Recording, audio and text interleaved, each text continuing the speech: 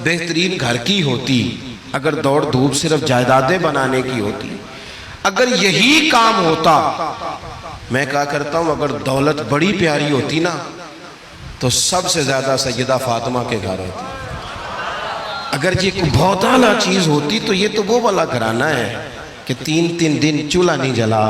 اور کنز المال میں وہ لفظ موجود ہے کہ حضرت ابو ہریرہ فرماتے ہیں کہ اونٹ کے بالوں کی بنی ہوئی چادر سیدہ فاطمہ نے اوڑھی ہوئی تھی.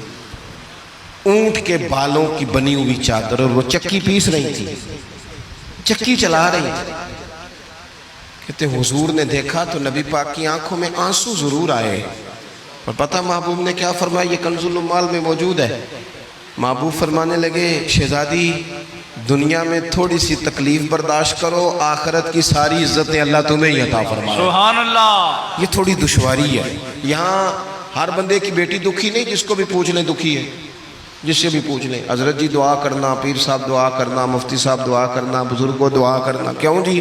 بیٹی بڑی تکلیف میں. کیوں جی؟ کہتے سسرال والے کام بڑا کراتے ہیں. چکی پیستی ہے، لیپا پوتی کرتی ہے، اس کے ہاتھوں میں چھالے پڑ جاتے ہیں. ایسا ہوتا ہے کہ ستو کبھی آ جائیں تو پھر سارا دن ان ستووں پہ ہی گزر جائیں. کبھی ایسا ہوتا ہے کہ 3 دن روزے رکھے جائیں اور ایک کھجور اور ایک پانی ملے افطار سحر کے وقت. یوں بھی کبھی وقت گزارا ہے. اور میرے عزیزوں یاد رکھنا، ہم نے جو مزاج اختیار کر لیا ہے نا اس وقت، یہ جو پوری دنیا میں گاڑیاں بھاگ رہی ہیں، ملک سے باہر لوگ جا رہے ہیں، دولتیں جمع ہو رہی ہیں، یہ ضروریات کا رٹا نہیں، یہ ضروریات نہیں، یہ خواہشات ہیں. ضروریات تو پوری ہو رہی تھی لیکن وہ جو خواہشات کی تکمیل تھی، وہ جو پڑوسیوں کی بڑی کار ہمیں پریشان کر رہی تھی، وہ جو گھر کے سامنے ایک پلاٹ تھا اور دل کر رہا تھا حویلی نہ بنا لوں، وہ جو ٹینشنیں تھی انہوں نے بہت بھگایا، لوگوں کو تھکا دیا. نظریاتی زندگی، اور نظریاتی زندگی میں کچھ کرنے کا عہد، کچھ ارادہ کیا جائے کچھ کام کرنے کا. دیکھو سارے لوگ ساری ڈیوٹیاں تو نہیں کر سکتے. میں یہ مائک اپریٹ نہیں کر سکتا، تو پھر میرا خیال ہے مجھے اس بندے کی بھی قدر کرنی چاہیے جو اسے چلا سکتا ہے. جو کام میں گاڑی میں سفر کرتا رہتا ہوں، وہ کہاں گھوم آتے ہیں تو میں تو سو جاتا ہوں کئی دفعہ گاڑی میں، لیکن ڈرائیور کو لوگ ڈرائیور کہہ کے پکارتے ہیں، حالانکہ تو سویا ہوا تھا، وہ تو جاگ رہا تھا. اس کی اہمیت کو سمجھنا چاہیے. ہم نہ زندگی میں کوئی بھی کام کریں، ایک تو کام کریں اور جو ایک کریں زندگی میں، لیکن ذرا سونا کر کے کریں. کوئی ایک مقصد بنا لیں، کوئی ایک مقصد ہو، کوئی ارادہ ہو، کوئی پروگرام ہو. نہ سمجھ آئے تو بخاری میں حدیث موجود ہے، ایک بوڑھی اماں حضور کی مسجد میں جھاڑو دیتی تھی. اور چلو کچھ کرتی تو تھی نا یار. اور دیکھو سعادت، جھاڑو وہاں دیتی ہے جہاں 70,000 فرشتے سویرے آتے ہیں، 70 شام آتے ہیں. سبحان اللہ. سبحان اللہ. حضور کی مسجد شریف میں جھاڑو دیتی ہے خاتون. ہمارے ہاں تو خیر امام خطیب کی بھی کوئی قدر نہیں ہوتی، کوئی نہیں ہوتی. امام کبھی کو مشورہ دے لے تو کہتے ہیں اسلام زیادہ دیتا ہے، مولوی نواں لے آؤ، یہ مشورے زیادہ دیتا ہے، اس کو چینج کرو. اور مسجد کے خادم کی کوئی حیثیت، لیکن جو مسجد میں جھاڑو دینے کی فضیلت ہے نا، حضرت بابا فرید صاحب سے جب کو بندہ کہتا تھا نا دل بڑا پریشان ہے، تو بابا صاحب کہتے تھے مسجد میں جھاڑو دیا کر، اللہ سکون عطا کرے گا. سبحان اللہ. سبحان اللہ. مائک میں نہ بولیں جی، سنیں بات. مسجد میں جھاڑو دیا کر. اٹھ نہ فریدہ ستیا تے خلقت ویکھن جا، تے متے کوئی مل جائی بخشیا تے چل تم ہی بخشیا جا. اٹھ نہ فریدہ ستیا تے جھاڑو دے مسیت، اوے تو ستا ہے تے رب تے جاگدا ہے، تیری ڈاڈے نال پرید. اٹھنا کچھ کر. وہ خاتون چلو کوئی کام تو کرتی تھی نا. دیکھو نا گلی سے گزرتے ہیں لوگ، اب وہاں کھڈا ہے، سب کا موٹر سائیکل گاڑی سب تنگ ہوتے ہیں. جو بندہ ابھی گزر رہا ہے نا روڈ پہ، وہ تبصرہ کر رہا ہے کہ دیکھو بلدیہ والے صحیح نہیں کراتے. تبصرہ جو سارے کرتے ہیں، ایک کئی تے ایک دا بڑا، 2 بندے درکار ہیں، رستہ ٹھیک ہو جاتا ہے. پر اتنی محنت کرنے کو کوئی تیار ہے؟ کیونکہ ہمارے ملک میں جو شے سب سے عام ہے وہ تبصرہ ہے. تبصرہ کرو صبح و شام جتنا ممکن ہے، تبصرے کرو، ڈیوٹی یہی ہے ہماری. وہ خاتون مسجد شریف میں جھاڑو دیتی تھی، کوئی زندگی کا مقصد تو بنایا، کوئی نظریہ تو ہے۔ صحابہ نماز پڑھ کے چلے جاتے، خاتون جھاڑو لیتی، حضور کی مسجد شریف میں جھاڑو دیتی، بیمار ہو گئی، قربان جائے، حضور تیمارداری کے لیے تشریف لے گئے، رات کو انتقال ہو گیا، ٹھنڈ کا موسم تھا، حضور کا حکم ہے جلدی تدفین کر دو، صحابہ نے تکلیف دینا مناسب نہ جانا، اس خاتون کی تدفین کر دی۔ سارا کچھ جاننے والے رسول جو فرش پہ کھڑے ہو کے عرش کی خبریں دیں، وہ تشریف لائے اور آ کر کے پوچھا خبر کیوں نہیں دی مجھے اس بوڑھی کے جنازے کی؟ کوئی کام تو کرتی تھی نا، کوئی ڈیوٹی تو تھی نا، خبر کیوں نہیں دی؟ ویسے تو وارث جنازہ پڑھ لے تو دوسرا جنازہ جائز نہیں، وارثوں نے نہ پڑھا ہو تو دوسرا جنازہ پڑھا جا سکتا ہے، حضور تو خود وارث ہے نا ساری امت کے۔ ہائے ہائے، بے شک تو رسول کریم قبر پہ کھڑے ہو کے فرمانے لگے صفے بناؤ، میں دوبارہ جنازہ پڑھاؤں گا، سبحان اللہ، میں دوبارہ جنازہ پڑھاؤں گا۔ کیوں؟ زندگی میں کوئی خدمات تو ہے نا، کوئی ڈیوٹی تو ہے نا۔ پہلے تو ہم کچھ کرتے نہیں، اور اگر کرتے بھی ہیں تو صرف دوسروں کا دھیان ہی رکھتے ہیں، دوسروں پر توجہ ہوتی ہے کہ فلانا فلانا۔ بھئی آپ اپنا کام کریں، کچھ زندگی میں کر گزریں، کوئی ڈیوٹی کریں۔ اگر زندگی نظریاتی ہوگی، دیکھو ڈھیر سارے لوگ ہوتے ہیں، نام میرا ہی شاید آئے گا کہ مدرسہ انہوں نے بنایا ہے، مسجد انہوں نے بنائی، میرا ہی نام آئے گا اگر کہیں میں بناؤں گا، لیکن زمین دینے والے کا بھی ایک کردار ہوتا ہے، اس میں نقشہ نویس کا بھی ایک کردار ہوتا ہے، اس میں ایک اینٹ خرچ کرنے والے کا بھی کردار ہوتا ہے۔ پھر وہ کام ختم نہیں ہوتا، سریا وہ لینٹر ڈالنے والے جو ہوتے ہیں ان میں جو سریا باندھنے والا ہے وہ بھی ایک قیمتی کردار رکھتا ہے۔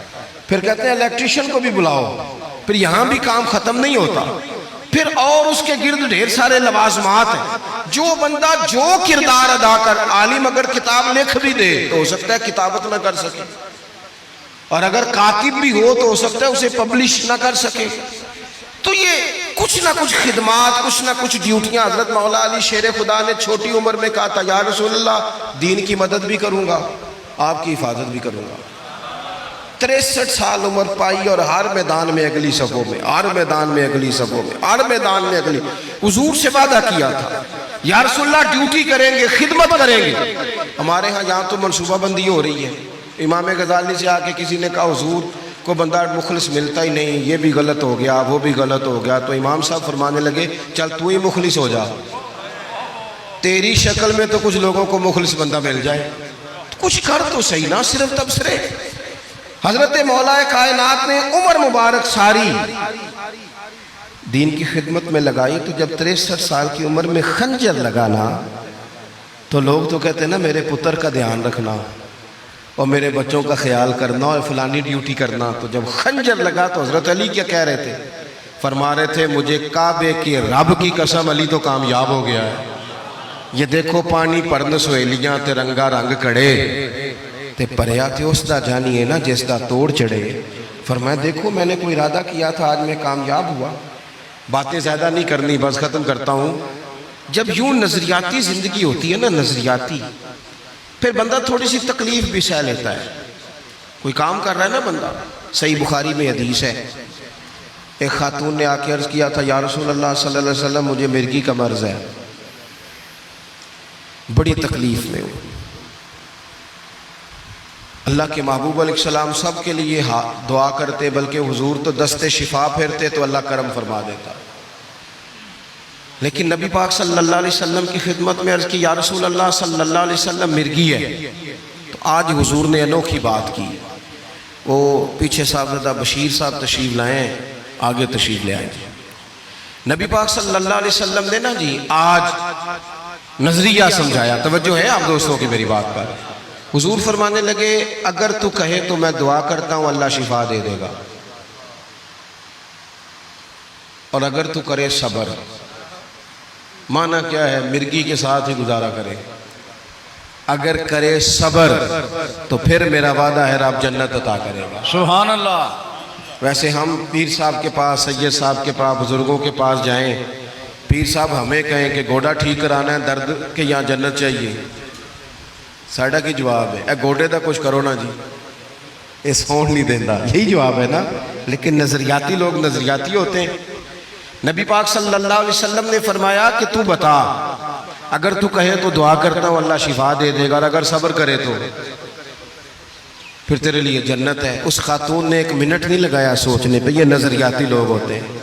عرض کی یا رسول اللہ آپ دعا کر دیں رب مجھے جنت ہی عطا کرے۔ سبحان اللہ۔ کیا مطلب کہ میں گزارا کر لوں گی مرغی کے ساتھ، صبر کر لوں، مجھے اللہ جنت دے۔ حضور نے دعا کر دی۔ خاتون عرض کرنے لگی حضور جب مرغی ہوتی ہے تو جسم سے کپڑا ہٹ جاتا ہے، حیا آتی ہے، خاتون ہوں، عورت ہوں، تکلیف محسوس کرتی ہوں۔ محبوب نے دعا کر دی۔ صحابہ کہتے ہیں جتنی بھی مرغی ہوتی تھی اس کے کپڑے نہیں جسم سے ہٹتے تھے، جتنی مرضی بھی ہو کپڑا قائم رہتا تھا۔ دیر تک وہ بوڑھی اماں زندہ رہیں۔ خواتین ایک دوسرے سے کہا کرتی تھی کسی نے جنتی دیکھنی ہے تو اس بی بی کو دیکھو، اسے دنیا میں حضور نے جنت کی بشارت۔ سبحان اللہ، سبحان اللہ۔ نظریہ ہوتا ہے، نظریہ۔ ویسے آنا جانا، تصویریں بنانا، گھومنا پھرنا، پلاننگ کرنا چلتا رہتا ہے، لیکن جو نظریاتی لوگ ہوتے ہیں انہیں ذرا تھکاوٹ بھی تھوڑی ہوتی ہے۔ نظریے کے لیے کام کر رہے ہیں نا، وہ بھاگتے ہیں، ان کا بھاگنا انہیں تھکاتا نہیں۔ جب آپ نظریاتی ہیں تو صبح قیامت پہ نظریاتی اور غیر نظریاتی لوگوں کا نتیجہ کیا ہے؟ یوم نحشر المتقین الی الرحمن وفدا۔ اللہ فرماتے ہیں یہ جو متقی ہوں گے نا انہیں رب کی بارگاہ میں پیش کیا جائے گا قیامت میں، پر مہمان بنا کے پیش کیا جائے گا۔ ان کا میزبان رب ہوگا، چونکہ انہوں نے زندگی تقوی میں گزاری، محتاط وقت گزارا۔ وَنُسُوقُ الْمُجْرِمِينَ إِلَىٰ جَهَنَّمَ وِرْدًا۔ اور یہ جو مجرم ہیں جنہوں نے جرم کیے، من پسند زندگی گزاری، فرمایا انہیں پیاسے ہانک کے دوزخ میں پھینک دیا جائے، پیاسے ہانکے جائیں گے جہنم کی طرف۔ اپنی زندگی میں کچھ ارادہ کریں۔ دیکھیں دھوپ چھاؤں آئے گی، وہ ہمارے یہاں کچھ لوگ کہتے ہیں دکھی بڑے ہیں جی، ہنسے کیسے؟ تو میں کہا کرتا ہوں کہ اتنی تکلیفیں کسی کو نہیں آئیں جتنی حضور کو آئی ہیں۔ پر آپ فرمان پڑھیں، حضرت حارث بن عبداللہ کہتے ہیں میں نے تو مدینے والے محبوب کو جب بھی دیکھا ہے مسکراتے دیکھا ہے۔ سارے کام 7 سال چلتے ہیں لیکن اپنی زندگی میں کوئی مقصد ہونا۔ یہ جن بزرگوں کے ہم آراس میں آتے ہیں نا، انہوں نے کوئی مقصد حیات بنایا۔ یہ مت سمجھنا کہ ساری زندگی پھولوں پہ گزری، یہ عرس وغیرہ یہ سارے کام بعد میں ہوتے ہیں، بعد، ورنہ ڈھیر سارے صوفیہ ایسے ہیں جنہوں نے روڑے کھا کے وقت گزارا، بڑے ٹھیک ٹھاک روڑے کھائے، بڑی تکلیفیں برداشت کی، اور ان کی اگر آپ تاریخ پڑھیں گے تو بڑا کچھ ان کے ساتھ کیا گیا، بڑے معاملات ہوئے۔ ایسا نہیں یہ شہادت گاہ الفت میں قدم رکھنا لوگ آسان سمجھتے ہیں مسلمان ہونا، یہ بڑا مشکل کام ہے، اس سے ہو کے گزرنا پڑتا ہے۔ لیکن ڈیوٹی کریں، کوئی کام کریں، کچھ اپنے ذمے لیں۔ یہ جو ہم وقت گزار رہے ہیں نا جی، آپ یہاں کیوں بیٹھے کہتے ہیں ٹائم پاس کر رہا ہوں، تو میں کہتا ہوں اتنا ٹائم کہاں سے آیا جو آپ کو پاس کرنا پڑا؟ بہت سارے لوگ کہتے ہیں جی میں بور ہو رہا ہوں، تو میں کہتا ہوں یار بور ہونے کا ٹائم بھی تو ہونا چاہیے نا بندے کے پاس۔ آپ کے پاس ٹائم زیادہ ہے اس لیے بور ہو رہے ہیں، ہمیں تو ٹائم ہی نہیں ملتا بور ہونے کا۔ تو جب کوئی کام کرنا ہے آپ نے، جب آگے بڑھنا ہے، کچھ مقاصد حسنہ حاصل کرنا ہے، کچھ امور خیر سر انجام دینے، پھر زندگی میں ان کو طے کریں اور ان پر کام شروع کر دیں۔ دھوپ بھی آئے گی، چھاؤں بھی آئے گی، سکھ بھی آئیں گے، دکھ بھی آئیں گے، لیکن قافلہ رواں دواں رہنا چاہیے۔ اللہ تعالیٰ اس آستانہ نور کو ہمیشہ سلامت رکھے۔